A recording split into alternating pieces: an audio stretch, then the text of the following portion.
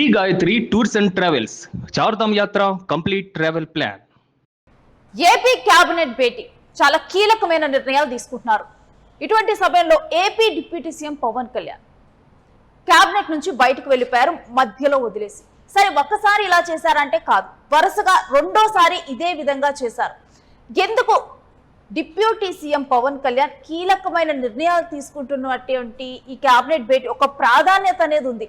అలాంటిది ఆయన ఎందుకు కేబినెట్ భేటీలో మధ్యలోనే వదిలి వెళ్ళిపోతున్నారు? ఇప్పుడు ఈ ప్రశ్నే హాట్ టాపిక్ గా మారింది. ఇక మంగళవారం సీఎం చంద్రబాబు అధ్యక్షతన మంత్రివర్గ సమావేశం జరిగింది. ఈ భేటీ ముగియక ముందే పవన్ వెళ్లిపోవటంపై రాజకీయ వర్గాల్లో చర్చ జరుగుతుంది. పవన్ ఎందుకు వెళ్లిపోయారు? ఇప్పుడు దీని మీద ఆరా తీస్తూ ఉన్నారు. పవన్ మళ్ళీ అనారోగ్యానికి గురయ్యారా అంటూ చర్చ జరుగుతుంది. కానీ వెనక మాత్రం ఒక గుసగుస అయితే వినిపిస్తోంది. పవన్ కళ్యాణ్ కి ఒక సపోర్టింగ్ వాయిస్ లేదు.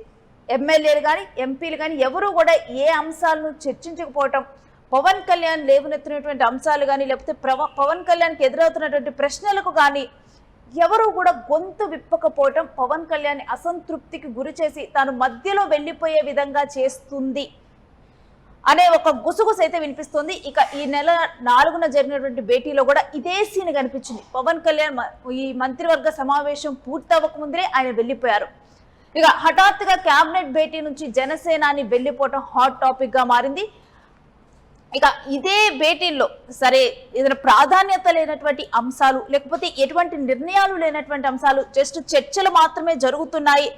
అటువంటి సందర్భంలో తన ఆరోగ్యం రీత్యా కానీ లేకపోతే మరే ఇతర కారణాల రీత్యా కానీ డిప్యూటీ సీఎం వెళ్ళిపోయారు అని అనుకోవాలా? ఎందుకంటే ఇక్కడ జరుగుతుంది కీలకమైన నిర్ణయాలు తీసుకుంటున్నారు రాష్ట్రం అభివృద్ధి విషయంలో.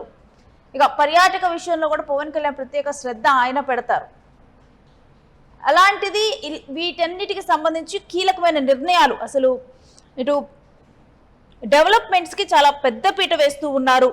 మొత్తం కూడా 80కి పైగా ఎజెండాలకి ఆమోద ముద్ర పొందడం జరిగింది. క్యాబినెట్ గ్రీన్ సిగ్నల్ ఇచ్చింది. ఇలాంటి క్యాబినెట్ నుంచి పవన్ కళ్యాణ్ ఎందుకు వాకౌట్ చేసి వెళ్ళిపోయారు? ఎందుకు బయటికి వెళ్ళారు? నాట్ వాకౌట్, ఎందుకు బయటికి వెళ్ళారు? ఎందుకు మొత్తం కూడా పూర్తి అవ్వకముందు సమావేశం మొత్తం కూడా పూర్తి అవ్వకముందులో పవన్ కళ్యాణ్ బయటికి ఎందుకు వెళ్లాల్సి వచ్చింది?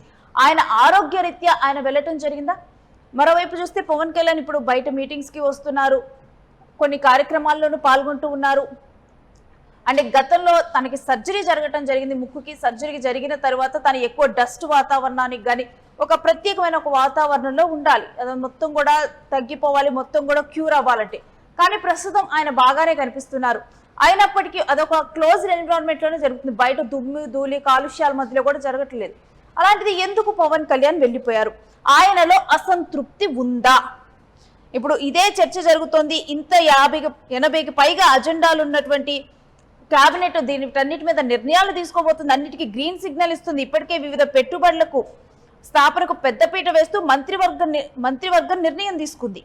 ఇక ఐటీ, పర్యాటకం, రాజధాని అభివృద్ధి, డేటా సెంటర్లు, పునరుత్పాదక ఇంధన రంగానికి సంబంధించినటువంటి ప్రతిపాదనలకు ఆమోదం తెలిపారు. పెట్టుబడుల ప్రోత్సాహక మండలిలో తీసుకున్నటువంటి దాదాపు 34,000 కోట్ల పెట్టుబడుల స్థాపన ద్వారా 35,000 ఉద్యోగాల కల్పనకు సంబంధించినటువంటి నిర్ణయాలకు ఈ మంత్రివర్గం గ్రీన్ సిగ్నల్ ఇచ్చింది. ఇక ఉండవల్లిలో 426 కోట్లతో మౌలిక సదుపాయాల కల్పన, ఏపీ జ్యుడిషియల్ అకాడమీ నిర్మాణానికి 139 కోట్ల వ్యయంతో పనులు చేపట్టడం, ఇలా తదితర నిర్ణయాలకు ఒక ముఖ్యమైనటువంటి నిర్ణయాలకి ఆమోద ముద్ర వేశారు.